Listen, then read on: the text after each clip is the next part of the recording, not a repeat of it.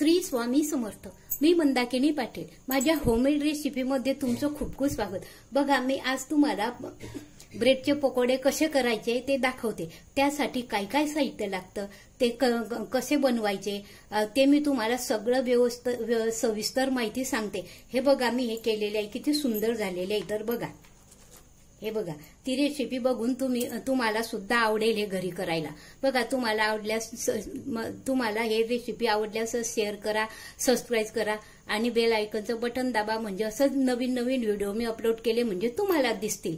धन्यवाद. श्री स्वामी समर्थ. हे बघा, आता पावसाळ्याचे दिवस सुरू झालेले आहे.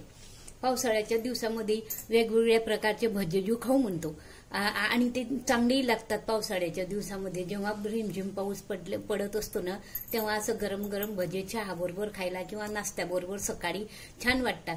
तर आज आपण याचे ब्रेडचे भजे कसे करायचे ते दाखवते मी तुम्हाला. हे बघा, त्यासाठी काय करायचं, हे 2 कप बेसन आहे ना, हे घ्यायचं. हे ना एकदम बारीक घ्यायचं, जाडने घ्यायचं. हे बेसन घेताना बघून घ्यायचं हे कसं आहे काय आहे ते, किंवा घरी दळलेलं तरी चालतं. आता हे आपण काय करू, आधी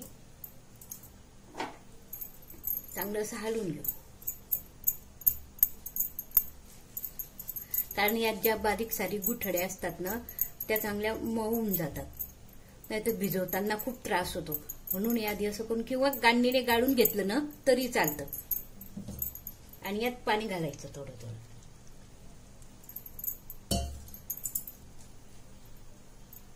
हे पकोडे खायला छान लागतात. म्हणजे हे आहे ना, काही काहींना तळलेलं खाण्याचा त्रास होतो, एकदम तळलेलं.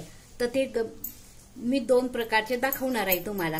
मी न तळलेले आणि तळलेले दोघी. आणि माझ्याकडे ते इलेक्ट्रिकचं हे नाही आहे, म्हणून ते मी तुम्हाला काही दाखवणार नाही.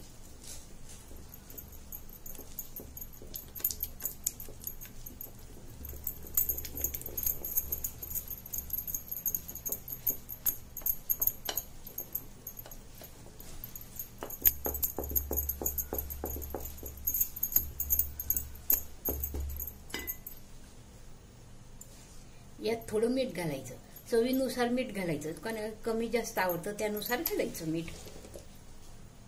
आणि हे चांगलं फेटून घ्यायचं.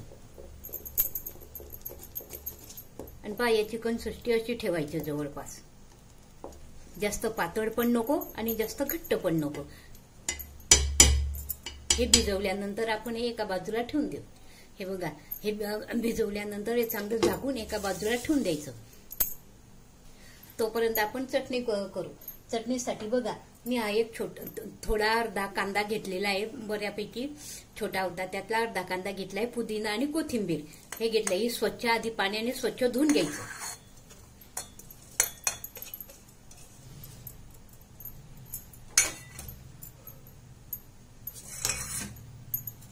या 4-5 हिरव्या मिरच्या घालायच्या. 2-3 लसणाच्या कापा घालायच्या. लसूण तुम्हाला आवडत असल्या तर घाला, नाही घातला तरी चालतो. आणि आल्याचे तुकडे घालायचे हे. आणि थोडं जिरं घालायचं. आणि हे थोडे बारीक शेव आणि बुंदी आहे ना, हे घालायचे.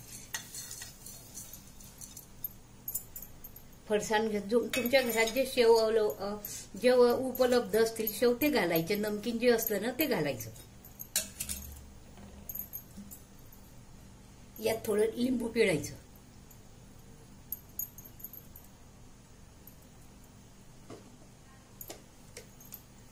चवीनुसार मीठ घालायचं.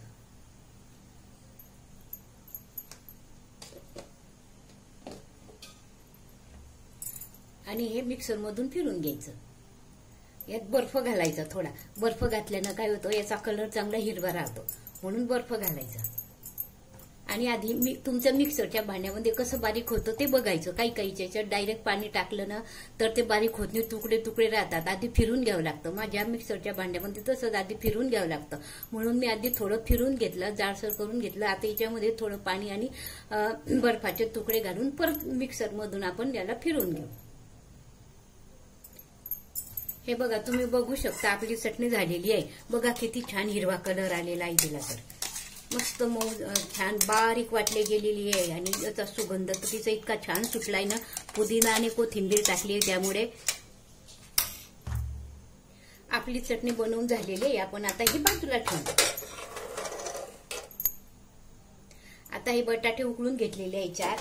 हे असे चांगले मॅश करून घ्यायचे. हे बघा त्या ब्रेडमध्ये भरायला आपण हे बटाट्याच्या स्टफिंग करत आहे. त्या बटाट्याच्या भाजीसाठी आपल्याला काही मसाला बनवावा लागतो. तर हे बघा त्यासाठी मी काय काय वस्तू घेतल्या ते हे बघा. हे काळं मीठ घेतलेलं आहे. हे जिऱ्याची पूड घेतलेली आहे. हा काळा मसाला घेतलेला आहे. हे मीठ साधं मीठ घेतलेलं आहे. हे हिंग घेतलेलं आहे. हे जे भाजलेल्या जिऱ्याची पूड घेतलेली आहे. ही आपली बडीशोप असते ना त्याची पूड घेतलेली आहे. आणि हे ड्राय मँगो पावडर घेतले आणि हे तिखट घेतलेलं आहे. हे सगळं आपण मिक्स करून घेऊ.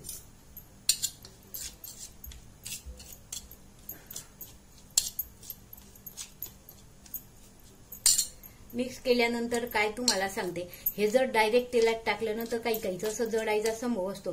म्हणून थोडं पाणी घातलं ना तरी चालतं. थोडं पाणी घालून घ्यायचं आणि पाण्यात घालून याची चांगली पेस्ट करून घ्यायची.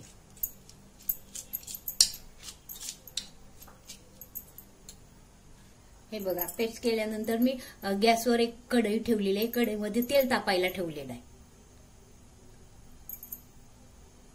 आपलं तेल चांगलं तापलेलं आहे. आता मोहरी जिरं टाकायचं. त्यानंतर आपण हा मसाला सगळा एकत्र केलेला आहे ना तो घालायचा.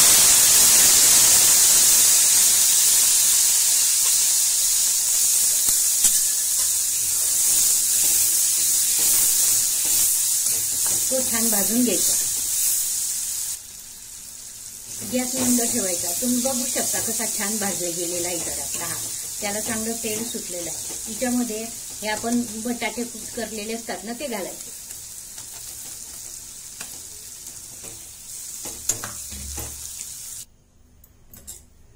हे बघा असूनही चांगली 2-3दा खालून वर करायची. वाफ येऊ द्यायची या भाजीला छान. तुम्ही बघू शकता किती छान झालेली आहे आपली ही भाजी. तर आणि ही भाजी जास्त कोरडी करायची नाही कारण ती ब्रेडला लावायची असते ना म्हणून कोरडी करायची नाही. यात थोडं किंचित थोडं 2-3 पोहे खायचे चमचे पाणी घातलं ना तर चालू शकतं. अगदी थोडं घालायचं.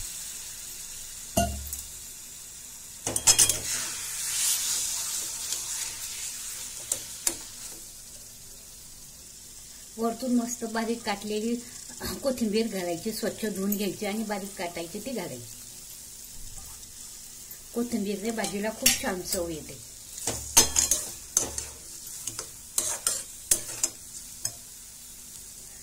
असे झाल्यानंतर हिला चांगली 1-2 वाफ येऊ द्यायची. वाफ आली म्हणजे ती चवीला छान लागते. छान कळसवू द्यायची. जेवढी तुम्ही कळसवू द्याल ना तेवढी तिची चव छान वाढते.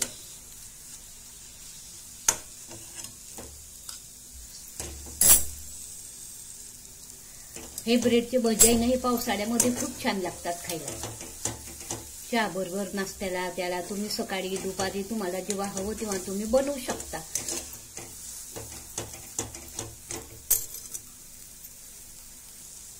बघा आता याला चांगली 2-1 वाफ पण आलेली आहे. आता आपण ही एका डिशमध्ये ट्रान्सफर करून घेऊ. हे बघा एका डिशमध्ये काढून तिला चांगली गार होऊ द्यायची. हे बघा हे डाळीचं पीठ भिजवलेलं असतं ना आपण. बघा किती छान झालंय. त्याचा कलर बदललाय. त्याच्यामध्ये ना थोडा ओवा घालायचा. असा क्रश करून हातावर क्रश करून थोडा ओवा घालायचा म्हणजे चवीला खूप छान लागतं. मिक्स करून घ्यायचं. बघू शकता तुम्ही कसं छान मिक्स केलेलं आहे.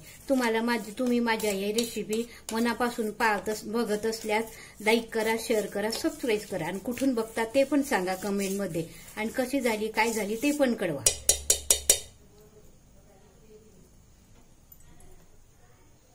हे बघा आता एक प्लेट घ्यायची. प्लेटमध्ये ब्रेड असतात ना या ब्रेडच्या स्लाइस या अशा ठेवायच्या.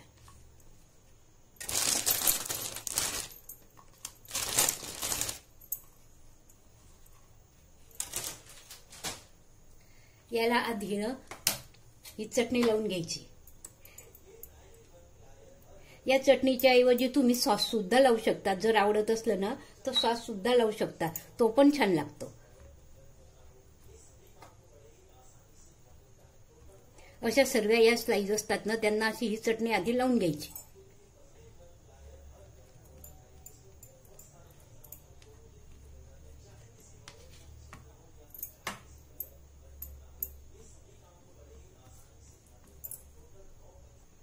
हे लावल्यानंतर यावर आपण ही बटाट्याची भाजी केलेली असते ना, तीच लावायची, ती पसरवायची.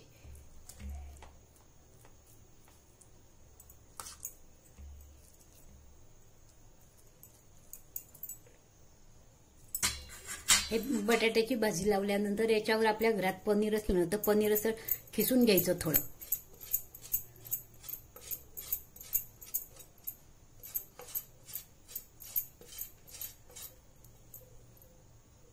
समजा पनीर नसलं ना, तर आपल्या कांद्याच्या गोल गोल स्लाइस करायच्या आणि त्या ठेवायच्या आणि याच्यावर असे हे ब्रेड ठेवून द्यायचे. हे बघा, आधी असे हे ब्रेड तयार करून घ्यायचे. हे बघा, मी तुम्हाला सांगते, हे ब्रेडचे भजे आहे ना, हे थोडे काही त्यांना तेलकट वाटतात खायला. तळलेले, कढईमध्ये तळलेले तेलकट वाटतात आहे, ज्याची त्याची इच्छा असते खायची. आणि तळलेले ते न तळता त्यांमध्ये कसे फ्राय करायचे ते दाखवते मी आधी तुम्हाला, नंतर तळून दाखवते. दोघी प्रकार दाखवते तुम्हाला. काहींना तळलेले पदार्थ खाल्ल्यानं खूप ऍसिडिटी होते आणि त्यात हे डाळीचं पीठ असतं. डाळीच्या पिठानं तर सर्वात आधी ऍसिडिटी होते, म्हणून तळलेलं काही काही कोणी खात नाही. पण मग ते फ्राय कसे करायचे कमी तेलामध्ये, त्याच्याने एवढी ऍसिडिटी होत नाही आणि तेलकट पण लागत नाही. म्हणून या पॅनमध्ये काय करायचं, आधी असं तेल लावून घ्यायचं भरपूर.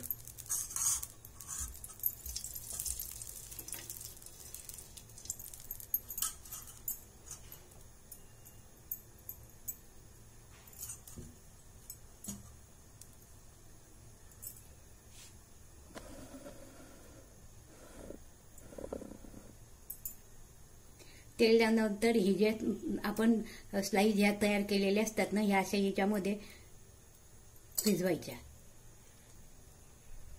आणि ह्याच्यावर अशा ठेवायच्या,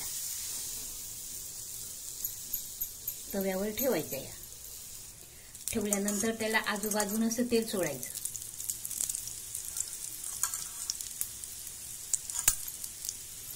गॅस मंदच ठेवायचा आणि अलगद असे पलटून घ्यायचं. बघा किती छान झालेलं आहे. तर याला आपण असं तेल सोडायचं, थोडं वरतून असं लावायचं.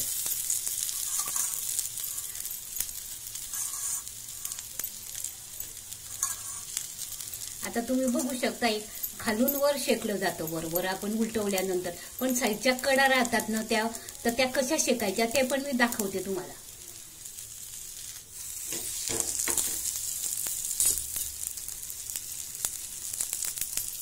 परत पलटून घ्यायचं आणि त्याला परत तेल लावायचं थोडं.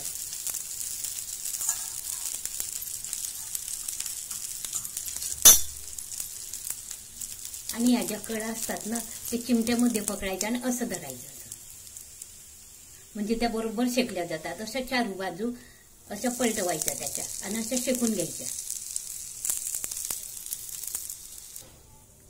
आता हे बघा, हे छान झालेलं आहे. आता आपण एका प्लेटमध्ये काढून घेऊ. केलेलं आहे ना, तर याचं असं मध्यभागून काटून घ्यायचं, असे त्रिकोण करायचे.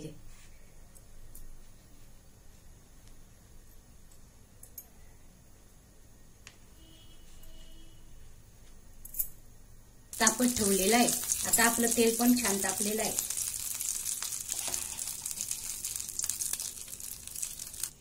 ह्या डाळीच्या पिठांमध्ये असं भिजवलेलं असतं ना, ते भिजवायचं आणि कढईमध्ये असं सोडायचं.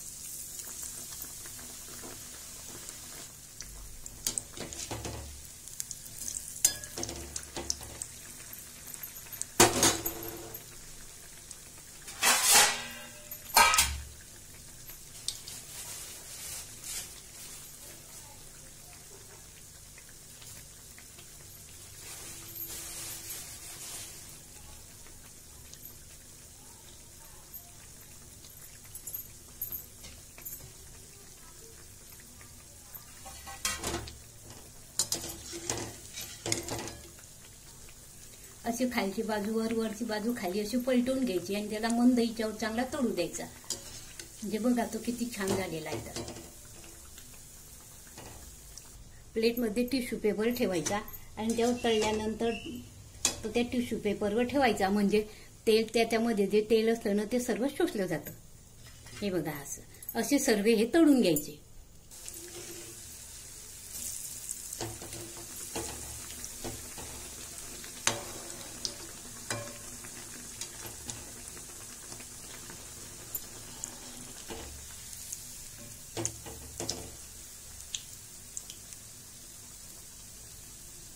हे बघा अशा प्रकारे हे तळून झालेले आहे. जेवढे आपल्याला लागतील, जेवढे घरामध्ये आपले सदस्य असतात त्यांना जसे लागतील तसे तळून घ्यायचे आणि द्यायचे गरम गरम खायला. बघा किती छान झालेले आहे. तर हे हॉटेलमध्ये तर याची किंमत खूप असते. घरी कसं पोट भरून भेटतं आपल्याला खायला, म्हणून घरी करायचे. बघा ही तुम्हाला माझी रेसिपी आवडल्यास लाईक करा, शेअर करा, सबस्क्राईब करा आणि बेल आयकॉनचं बटन दाबा. म्हणजे मी अशाच नवीन नवीन व्हिडिओ अपलोड केले म्हणजे सर्वात आधी तुम्हाला दिसतील. धन्यवाद.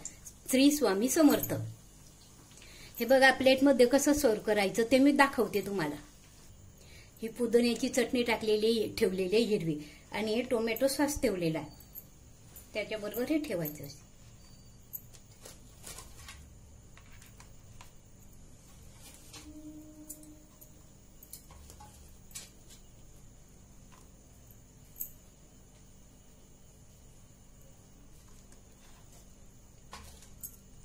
हा पण ठेवायचा.